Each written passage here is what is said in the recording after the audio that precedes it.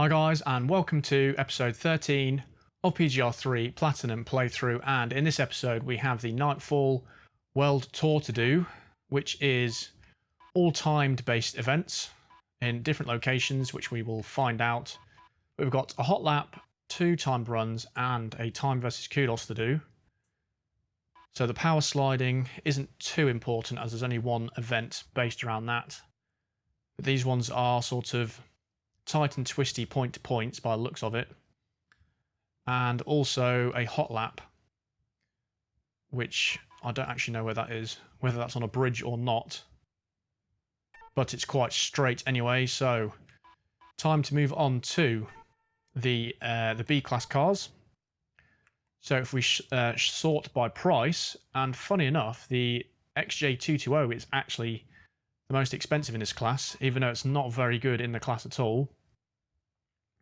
And we do have the Enzo, which is very good. The MC12, which is basically an Enzo, but not as good. And those two are quite expensive. These three are the most expensive by quite some way. Then we've got the Zonda C12, which is actually quite nerfed from PGR2. And I think 7.3 litre in this, but I think it was the 7 litre in PGR2 as well. Celine S7, it's not too bad. And we've obviously got the CC8S returning from PGR2, so the Enzo and the CC8S were competing for top spot there. Got the RUF-R Turbo, which is also very good, quite drifty as well. Viper SRT 10 Carbon, which is average. C7's not a bad car, and this isn't actually based off a Corvette. This is Callaway's own design from the ground up, so that's their very own car, even though it does resemble a Corvette somewhat in some respects. We've got a concept car that we haven't unlocked, the TVR Typhon, which is not bad, the VW Nardo, which is average, the Sledgehammer, which is pretty mental in a straight line, but overall not too good. And we've also got the Ultima, which is pretty good as well. It's tempting to use the Ultima, but the Turbo, the RUF Turbo is good. That's very good towards the top end.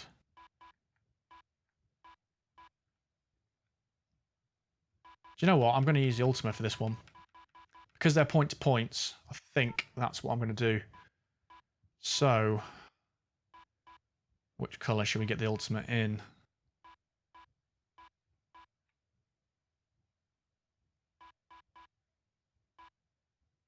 Go for white. Looks nice and white there. So we've nearly filled this spot up. Well, the garage up anyway. Need one more car to completely fill it up.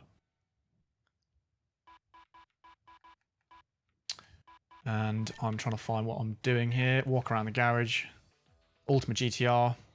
So we've got one more spot over there to fill. And this garage is done. I would be insanely happy if this was my real life garage. But we shall use this car for hardcore. 2 minutes 9 is the target, and 75,000 credits is the reward. Now I may have to see how this does on the bridge circuit, if this is on the bridge, which I think it's going to be. It's not the worst in a straight line. It is more handling based, this car though, so we'll see how this does down here though. If it's not good enough, I might have to go back and buy another car just for this event. I did actually in truth forget about this one. I was more focusing on the tight and twisty runs. But we'll see, it might be alright. Certainly not going to be on the Enzos and Koenigseggs level down this straight, but see how we do.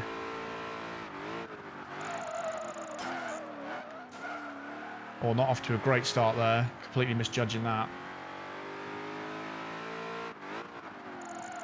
Very good brakes, very quick as well. Didn't need to go down to second though, so I can note that. Probably not going to be enough this. I'm going to have to be on my A game if I'm going to pass it in this car. It's good in these sections, but along the straights, maybe not as good as some of the others.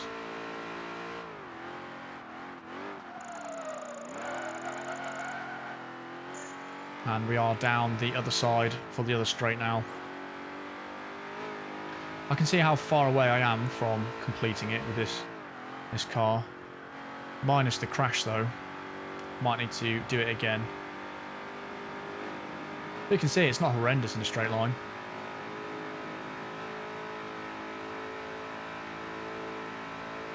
Can it get over 190? It's pushing that way. So it can do it over just about. Brake nice and early, so I'm going to make sure I don't repeat what I did before. And the finish is just only around the corner, but probably not going to be enough, especially with crashing like that. Oh, somehow did it with an awful last corner. That was some dodgy driving there, but proved it was possible in this car, so it can't be that slow in a straight line. How much we passed by there? 1 second, I think. Just over 1 second. So let's quickly move on and forget about the couple corners in there that were horrendous. But that's the first hot lap done, so hopefully it should shine in these ones in the timed run. The Grand Run. And that looks very complicated. And it doesn't actually tell you where it's based. You kind of have to guess. But 2 minutes 58 on a point-to-point. So that's going to be a long run. Ah, I thought it was in Las Vegas, and it is. It's very hard to tell from the map screen where it's going to be. But it's a long time for a point-to-point.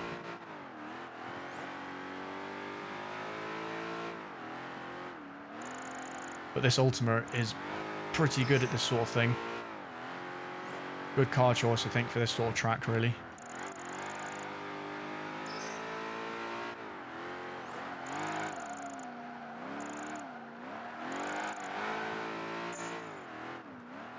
Getting loads of sliding kudos for this, just by tapping the accelerator turning, for some reason.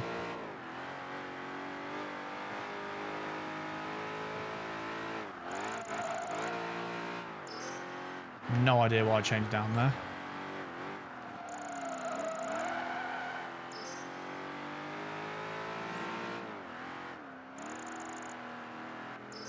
Very wide roads. It's actually quite difficult to judge the corner because you can actually carry a lot of speed through. But sometimes you don't want to because, as you know, I always crash by going too quickly and not judging corners right.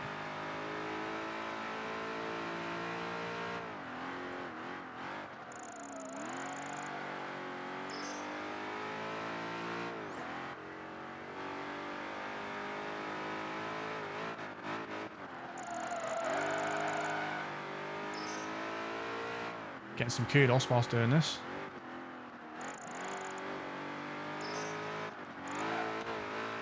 This is a bumpy section here. Going out to second.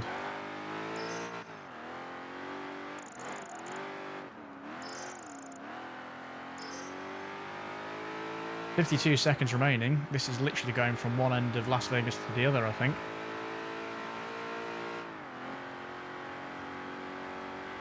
I'm finally stretching the legs, but not too much, because this does get a bit weaker in 5th gear, this car.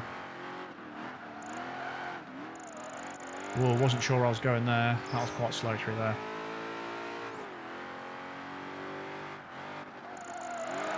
Luckily, I haven't messed up too bad so far, so hopefully it should be enough.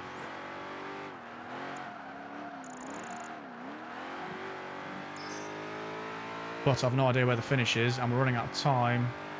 And it's just at the other end here. And you know what? That's actually really comfortable. 4 seconds is pretty decent for a point-to-point timed run. And you can actually smash into the end there if you go quick enough. But past that one, not too bad. I might have actually got a clean race in that. I'm not sure. But overall, not too bad. 4,500 kudos, so we'll go back to the menu. So, 2 events down, 2 to go. And we've got another timed run, which is a point-to-point in somewhere else in the world. This may be Tokyo this time. Although, maybe not, because I didn't actually read the name of what it was called. Right, so can I actually work out where the hell we are? It's not making it any easier. I think it might be Las Vegas again. I can't really tell. Or is it? No, it is Tokyo. It is Tokyo, isn't it?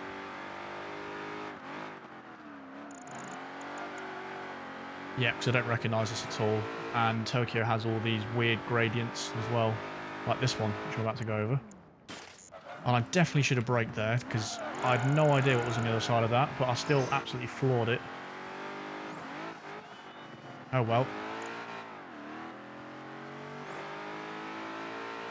So it's quite a short one, this event, compared to that last one anyway. It's over a minute shorter, I think.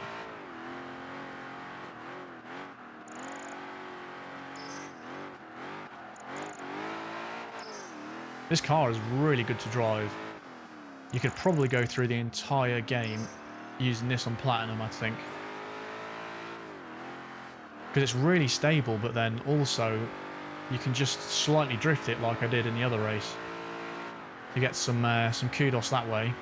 So it's probably going to be quite good for the time versus kudos, I'd say. Like that, it's not really drifting, but you're still getting the drift for it. You don't get that with many cars.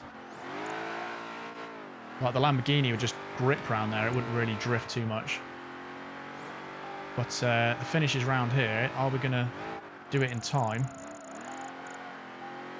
Going to be close. Just under a second. Which isn't too bad for the first run round there. I've just realised how high up these wing mirrors are. That's like the highest wing mirror on any car I've seen. It's like on the roof nearly. Oh well, that one's done. 75,000 credits. Very nice indeed. And 1,700 kudos. So that leaves one more event for us to do. So we move on to the last event, which is a time versus kudos in the birdcage. So I think this is London, this one. I recognise the name. And it's only 55 seconds, but obviously we'll be saving a lot of time through that, so it'll be longer than that. Okay, so time versus kudos in London. Now, do I start sliding on here? I think I may have to. If this car will slide. Yes, it does.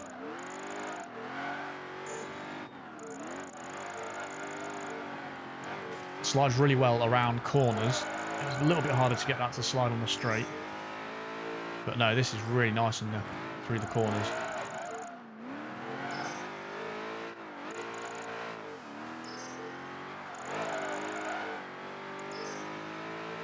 It's like the perfect drifting car. I can't think of a car that's nicer to drive than this, really. And the fact that you can afford it off the start as well is like a no-brainer. And the question is, how much time can I actually save around here? Is it going to be a minute? If so, I might just put my foot down.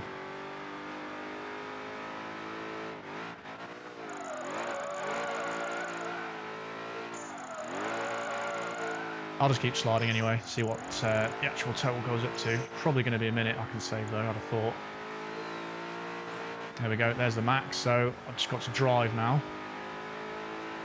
Got all the kudos on the way there, all the time saved, so now I've just got to ignore the sliding aspect. And the finish line is there. So as usual with the time versus kudos, that was fairly easy. 11 seconds left, so if you get the right car and you slide around the corners, they're pretty easy. They're probably one of the easiest events, I'd say. That and the one-on-ones. But there you go, 75,000 credits. But I think my favourite car so far that I've used, to be honest. And we have yet another championship complete. And we're back up to 500,000 credits, which I believe takes us over 3 million now. So I just quickly go into here. We are on 3.1 million.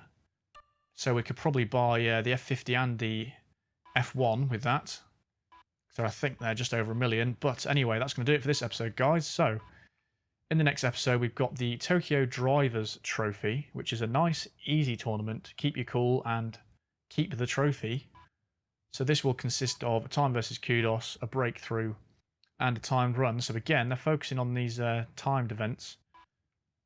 And that's a point-to-point, and this one will be a point-to-point, I'd have thought. It is. And then a time versus Kudos, which is a lap of the Nishiguchi something. I'm having a terrible time pronouncing these. Nishiguchi short. But anyway, that's the end of this episode, guys. So, hope you enjoyed, as always, and I will see you in the next one.